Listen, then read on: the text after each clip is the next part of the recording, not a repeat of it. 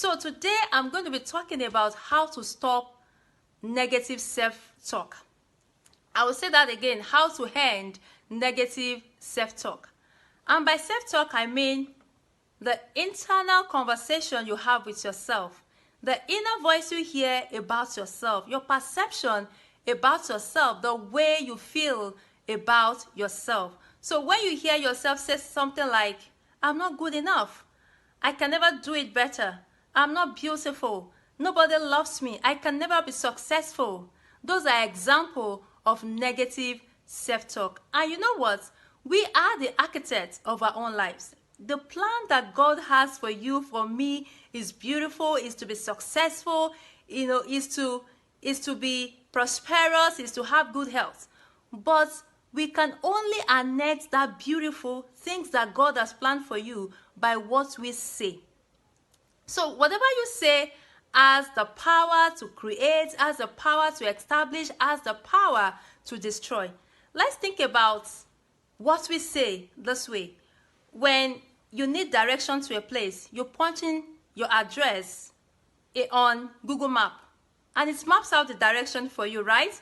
That is exactly what you say do to you. So when you say negative things, it maps out the direction for you and you see yourself treading on that path. So when you say, I can't do it, I can never be good, you can never see yourself doing something. In the contrary, you see yourself in that line until you have a rethink and begin to change your perception on your thoughts, on the way you feel about yourself.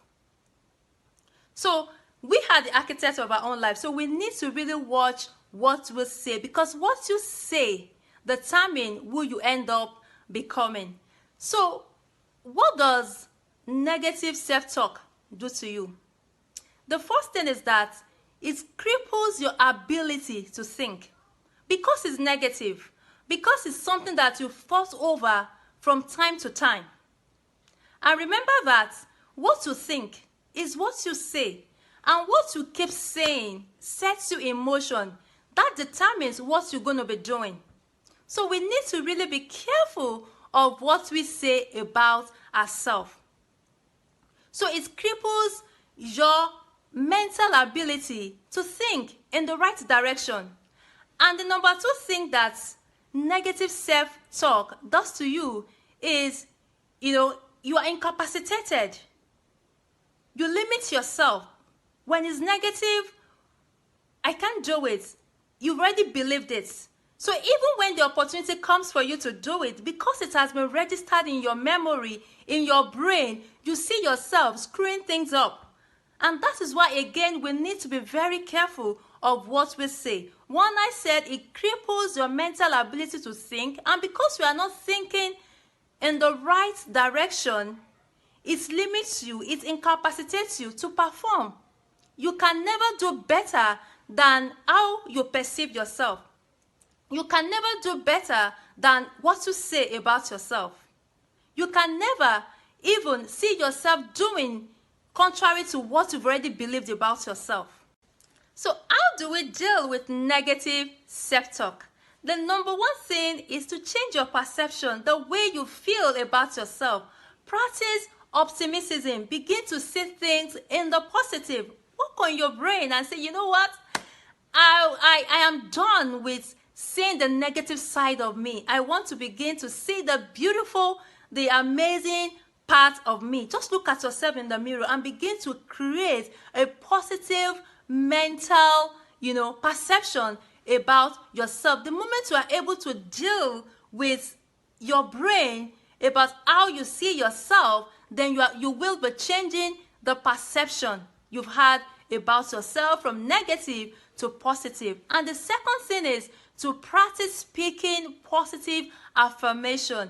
If you have always been telling yourself, I can do it, I am not beautiful, I am a good for nothing person, just begin to see yourself and tell yourself, I can do it. I am wonderfully and beautifully made. I can do all things. I am bold.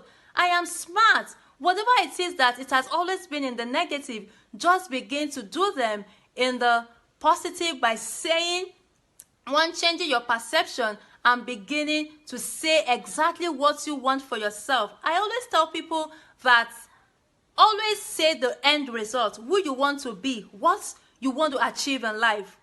Don't limit yourself by what you are saying now. Don't limit yourself by what is happening at the moment. Look beyond the now. Look beyond what you are seeing now and begin to speak it. So, and the number 3 thing is to kill the fear. Face that fear.